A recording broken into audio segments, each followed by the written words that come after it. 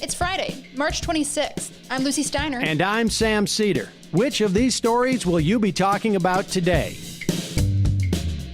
The Supreme Court ruled on 2 cases defending the right to sue large corporations and the police. Are they just buttering us up before dropping some major bad decisions? Meanwhile, police attacked protesters in Los Angeles as the authorities attempted to clear out a large homeless encampment. Despite the coronavirus, some homeless say they feel safer in a tent of their own than in a hotel room where they might be surveilled. And lastly, a United Nations report says the world's forests are best protected by indigenous peoples, so they themselves need to be protected by slash-and-burn plunderers. You are listening to Majority FM's AM Quickie, and these are the stories you need to know.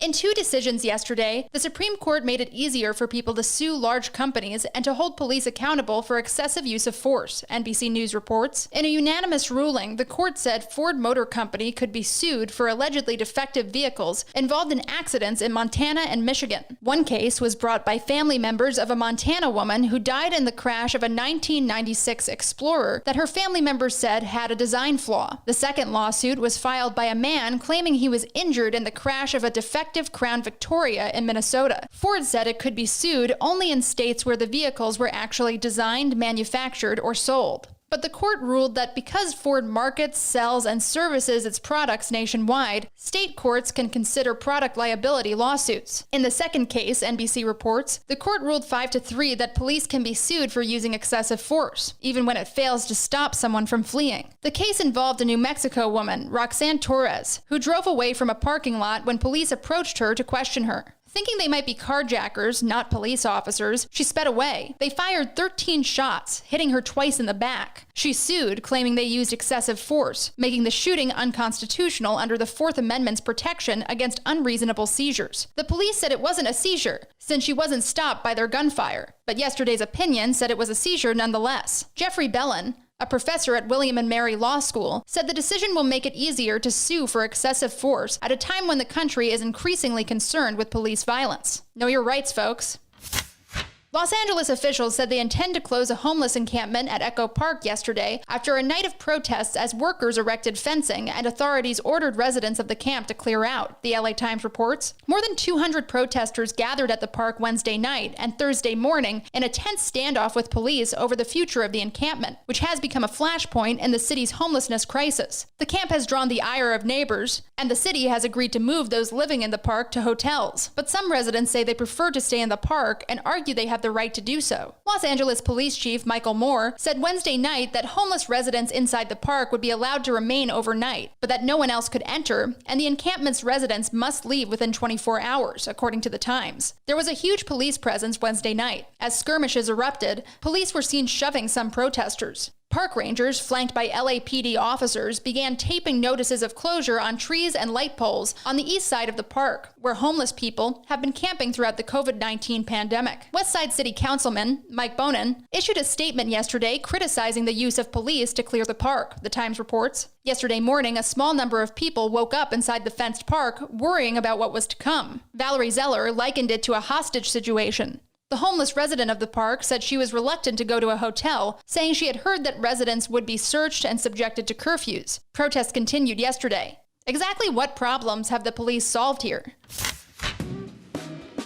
Hey, Majority.fm's AM Quickie is fueled by JustCoffee.coop.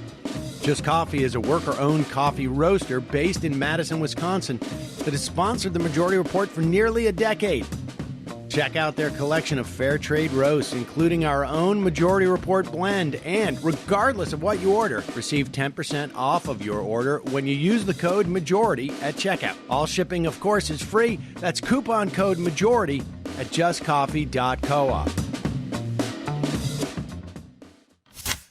File this one under common sense. The embattled indigenous peoples of Latin America are by far the best guardians of the region's forests, according to a UN report covered by The Guardian. Deforestation rates are up to 50% lower in their territories than elsewhere. Protecting the vast forest is vital to tackling the climate crisis and plummeting populations of wildlife, and the report found that recognizing the rights of indigenous and tribal peoples to their land is one of the most cost-effective actions. The report also calls for the peoples to be paid for the environmental benefits their stewardship provides, as well as for funding for the revitalization of their ancestral knowledge of living in harmony with nature. However, The Guardian reports, the demand for beef, soy, timber, oil, and minerals means that threats to indigenous peoples and their forest homes are rising. Hundreds of community leaders have been killed because of disputes over land in recent years. And the COVID-19 pandemic has only added to the dangers forest peoples face. Demands by indigenous peoples for their rights have become increasingly visible in recent years, the report said, but this has come with increasing persecution, racism, and assassinations. Supporting these peoples to protect the forests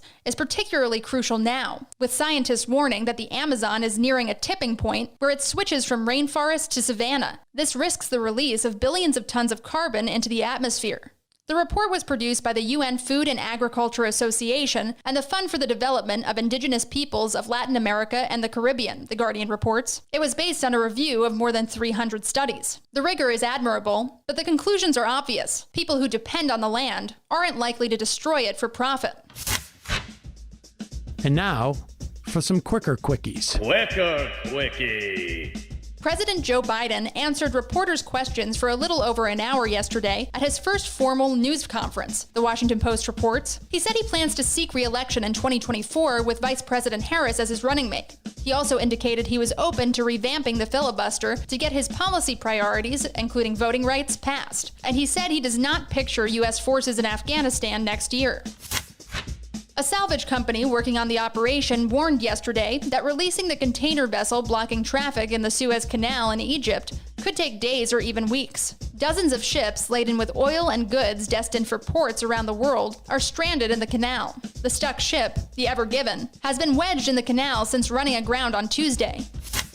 New York State officials finalized a deal yesterday to legalize recreational marijuana in the state, The Times reports. The deal would allow delivery of the drug and permit club-like lounges and consumption sites where marijuana, but not alcohol, could be consumed. It would also allow a person to cultivate up to 6 plants at home for personal use. Legalize it already. California State Assemblyman Phil Ting, a Democrat, yesterday unveiled the Freedom to Walk Act, which would decriminalize jaywalking across the state, the San Francisco Chronicle reports. A September report from the Lawyers Committee for Civil Rights of the San Francisco Bay Area found that Black and Latino Californians received a higher number of citations for minor offenses like jaywalking compared to whites. Legalize walking, too. Quicker quickie.